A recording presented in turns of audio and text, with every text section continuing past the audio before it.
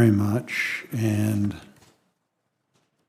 I want to, without objection, I'd like to add letters of support for Mr. Smith's nomination into the record.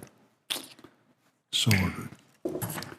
I'll go ahead and get started. Arkansas is one of the largest shares of rural population in the country, with almost 45% of the state's population residing in rural areas.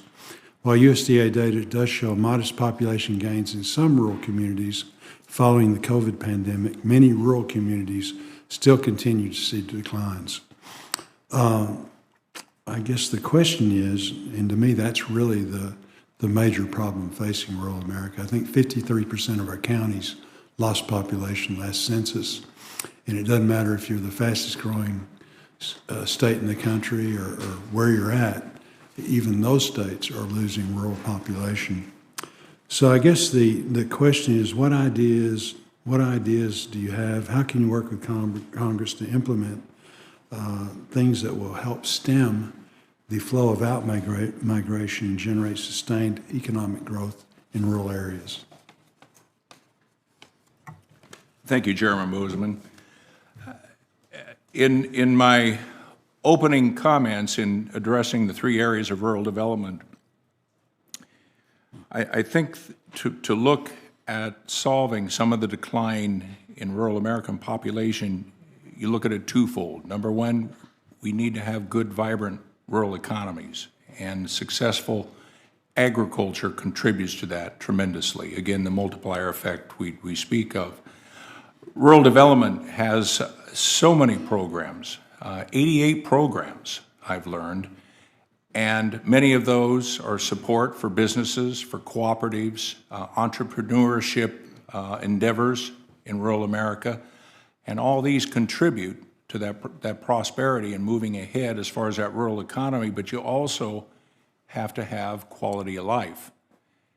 And rural development also plays a huge role in that with the community facilities, everything from water treatment to waste treatment to hospitals, to fire stations, infrastructure, hospitals, infrastructure that contributes to the quality of life, because you're not going to keep residents or attract residents, which would be even more positive if you don't have that quality of life. And rural development contributes hugely to that quality of life.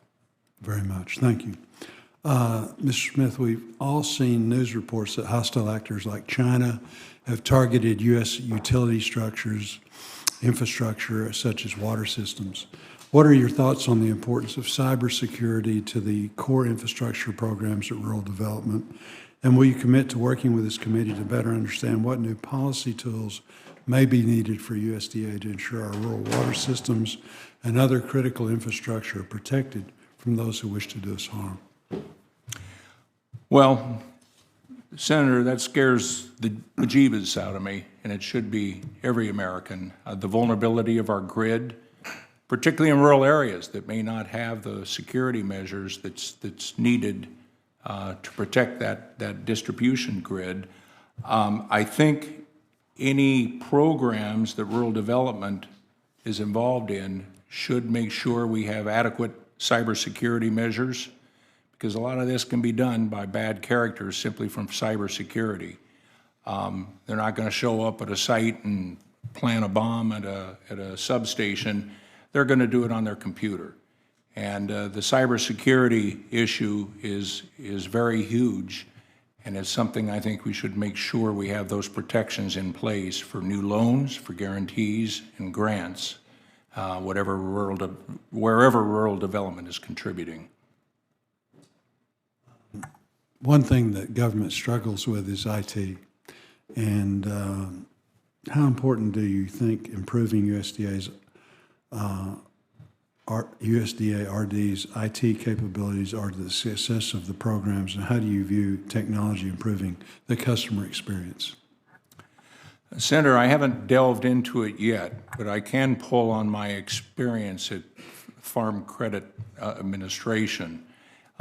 In fact, my fellow board member, Jeff Hall, is here in the audience, and Jeff and I worked together for 8 years And cybersecurity is at the top of the issue, and a key to that is a very, very on top of it IT program. And we found with our employees, particularly during COVID, we really had to tap in to those IT resources in order to continue with our mission. My goal will be to find out, first of all, if our field offices, hundreds of field offices throughout the country, are equipped with the right equipment, the audio and the visual equipment that allow them to communicate between offices and also communicate, obviously, with the hub offices and with us here in DC. So it's something I will look into and something that I think is a great deal of importance, and if there's improvement needed, you can believe that we'll try to execute those changes. Thank you. Senator Smith.